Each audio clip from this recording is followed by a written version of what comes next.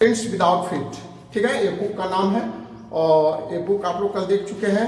और इस बुक का ये बुक है और इसी बुक का जो सेकेंड चैप्टर है, इस बुक का जो सेकेंड चैप्टर है द थीफ्स स्टोरी, है ना, इसके बारे में आज चर्चा मैं करने जा रहा हूँ और इसकी समरी देंगे और इसके साथ साथ इस परीक्षा में आने वाले जो महत्वपूर्ण प्रश्न हैं जो पिछले परीक्षाओं में पूछे जाते रहे उस पर चर्चा करेंगे। उसको लिखवाएंगे नहीं, आपके उस प्रश्न के ऊपर हम लोग चर्चा करेंगे और आज समरी के बारे में चर्चा करेंगे।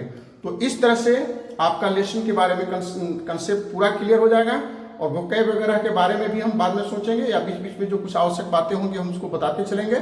तो आज हम लोग द थीफ्स स्टोरी जो आपका है, जो कि रस्किन बॉन्ड के द्वारा लिखा गया है, इसके बारे में आपको हम समरी देने जा रहे हैं और इसको आप लोग ध्यान से सुनेंगे, ठीक है। हम चाहते हैं कि आप एक स्क्रीनशॉट ले लीजिए, मैं कुछ देर के लिए यहाँ पर रह रहा हूँ, ठीक है। तो आशा है कि आप इसका स्क्रीनशॉट ले लिए होंगे या वीडियो रोक करके भी इसको आप लोग नोट कर लेंगे अपनी कॉपी में और इसको समझने का कोशिश करेंगे। इसके बाद हम कुछ क्वेश्चन पर भी चर्चा करेंगे जो कि आपके लिए काफी महत्वपूर्ण साबित होने वाला है, ओके, ठीक है। तो अब हम आते हैं इसके समरी पर, ध्यान दीजिएगा।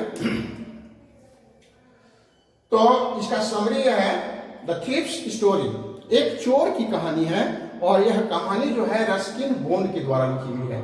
आप जानते हैं रस्किन बॉन्ड जो है बहुत ही फेमस राइटर रहे हैं और वे भारतीय कवि हैं, लेकिन इनका मूल जो है ब्रिटिश डिसेंट के हैं, ब्रिटिश के हैं, लेकिन वे भारत में रहे हैं, भारत में इनका जन्म हुआ और उन्होंने कई कहानियां लिखी हैं। आपको याद होगा अगर पिछले क्लास में भी आपको इनके द्वारा लिखी गई कहानी पढ़े हैं, द एडवेंचर ऑफ टोटो, याद है?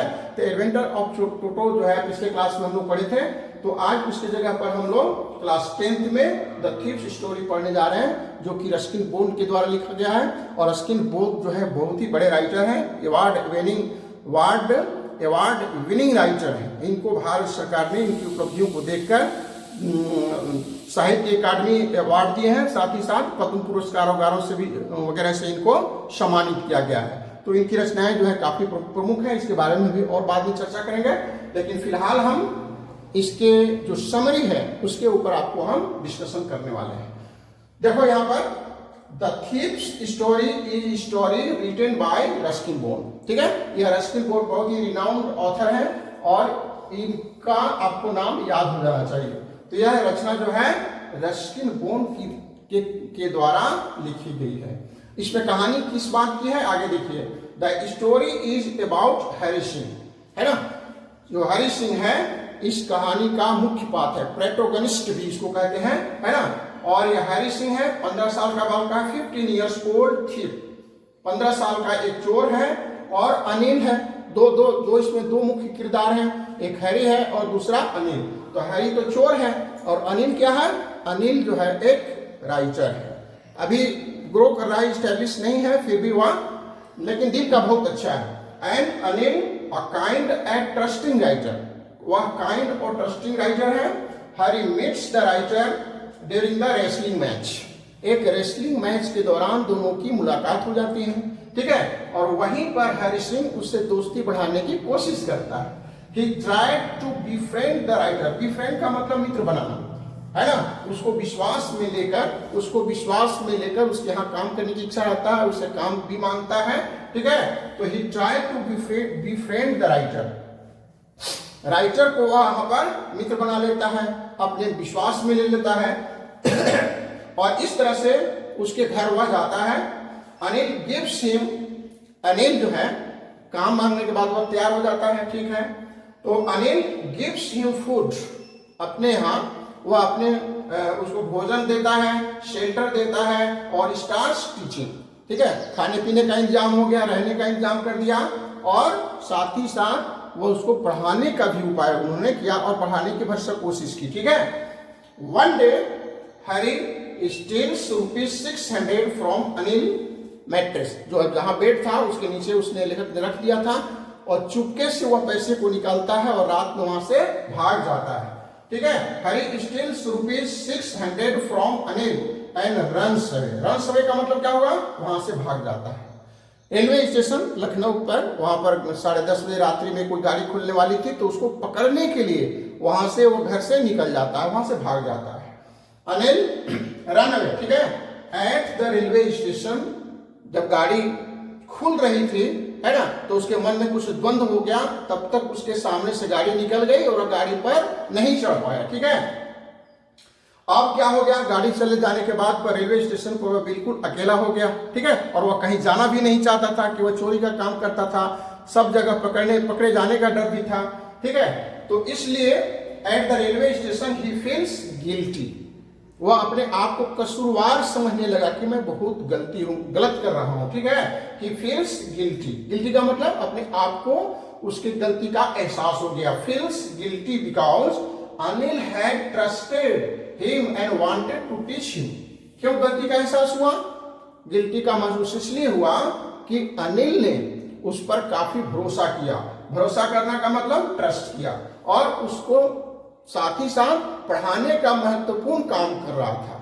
लेकिन चोर की जो आदत है वह छूटने वाली नहीं थी, वह चोरी से बाज नहीं रहा था और वह चोरी करने का लालच कर बैठा।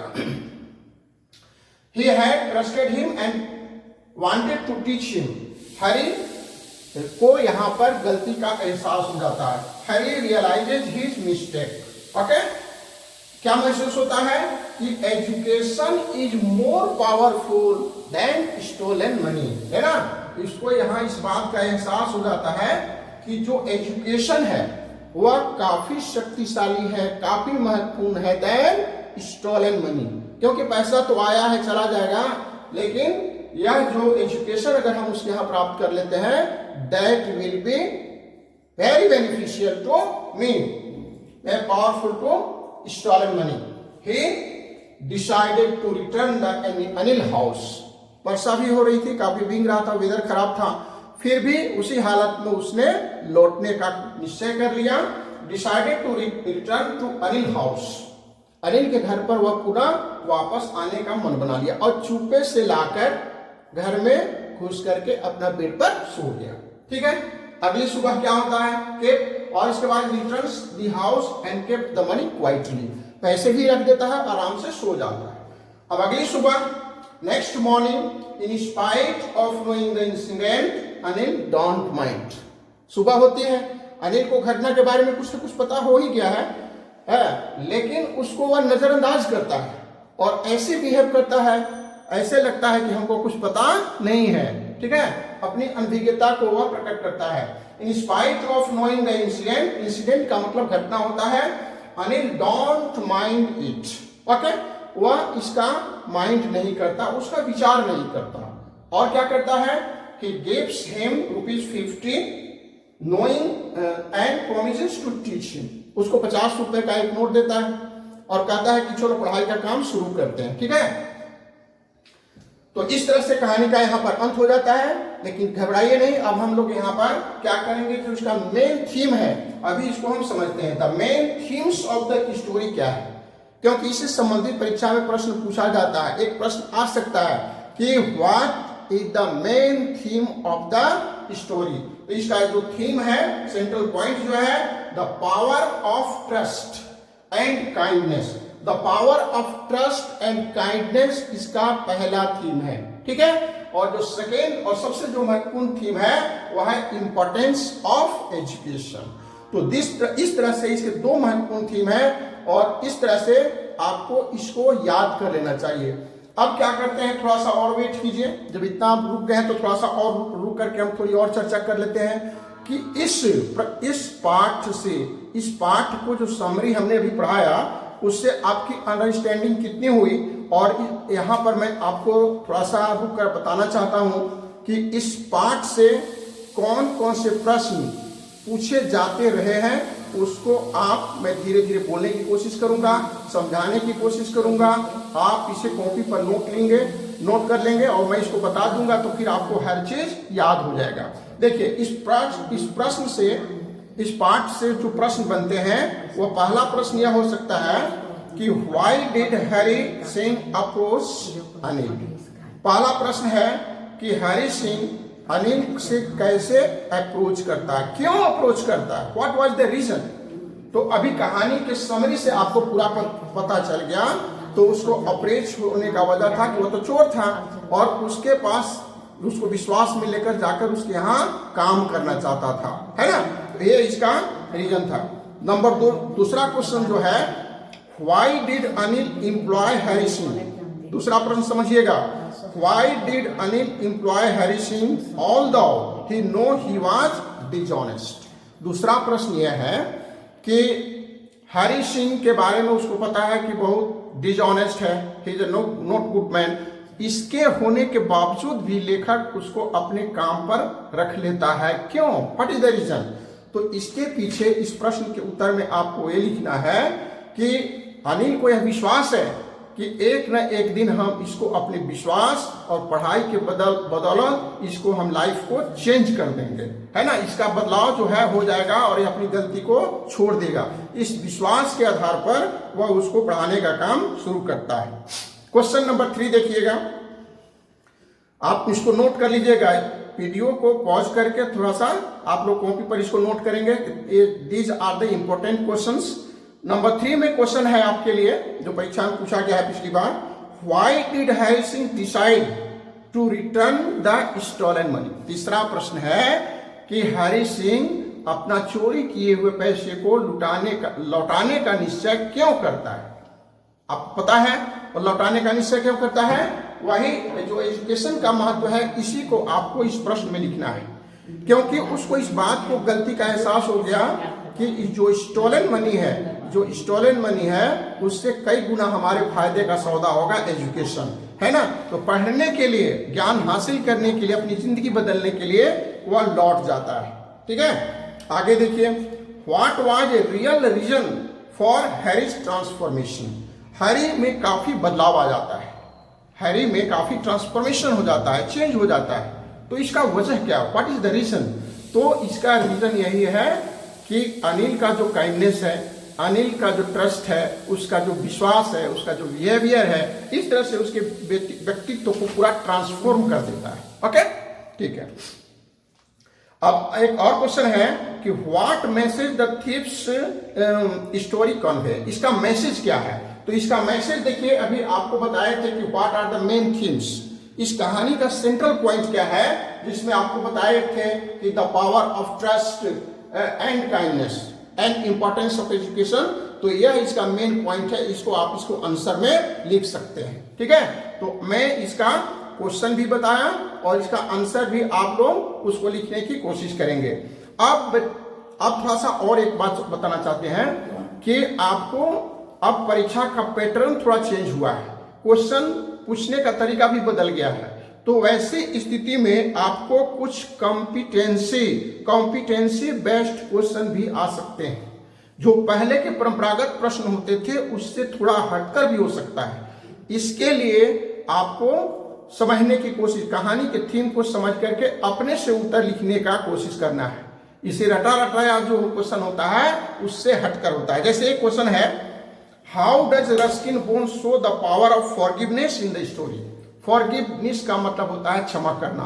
तो रस्किन बोर्ड ने इस कहानी में जो क्षमा है, फॉरगिवनेस का जो शक्ति है उसको कैसे दिखलाया है। How does Ruskin bone show, कैसे वे दिखलाते हैं कि क्षमा करने का, फॉरगिवनेस करने का जो पावर है वो उसका क्या महत्व है।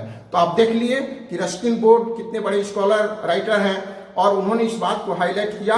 और आप देखेंगे इस स्टोरी में, आप देख लिए स्टोरी के बाद पता चल गया कि उसके व्यक्तित्व में पूरा चेंज हो जाता है, आमूलचूल परिवर्तन हो जाता है। ओके, एक दूसरा क्वेश्चन और अंतिम है, what would happen if Harry had not return the money. अब आपको सोचना है यहाँ पर कि अगर हैरी सिंह उसको पैसा वापस नहीं करता तो क्या हो सकता है। तो इसको आपको सोचकर इसका आंसर जो है हर बच्चे का अलग अलग हो सकता है। तो अपने लॉजिक और रीजनिंग को लगाकर आपको लिखना है कि क्या होता अगर वह पैसा वापस नहीं करता। तो हमारी समझ से यहाँ पर आपको ये लिखना चाहिए कि अगर वह पैसा वापस नहीं होता तो उसमें जो ट्रांसफॉर्मेशन देखा गया वह ट्रांसफॉर्मेशन बदलाव नहीं होता। क्यों? क्योंकि फिर से वह अपराध की दुनिया में जैसे पहले था वह उसी में चला जाता, उसका लाइफ बर्बाद हो जाता, वह सुधर नहीं पाता। और दूसरी महत्वपूर्ण जो बात है, लेखक का जो विश्वास है यहाँ पर टूट जाता। तो इस तरह से इसका आंसर जो है आपको लिखने का कोशिश करना है। तो इस तरह से अब हम वीडियो को यहीं पर ब्रेक कर रोकते हैं। और आप प्यारे बच्चों, कल आपका परफॉर्मेंस, आपका जो रिस्पॉन्स था तो बहुत अच्छा रहा है। आज भी उससे कल बढ़ करके होना चाहिए और अधिक से अधिक वीडियो को लाइक करने का और सब्सक्राइब करने का काम करते रहेंगे। और मैं भी अपना काम करता रहूंगा और आप लोग भी अपना काम करते रहेंगे। That's all for today. Thank you. God bless you.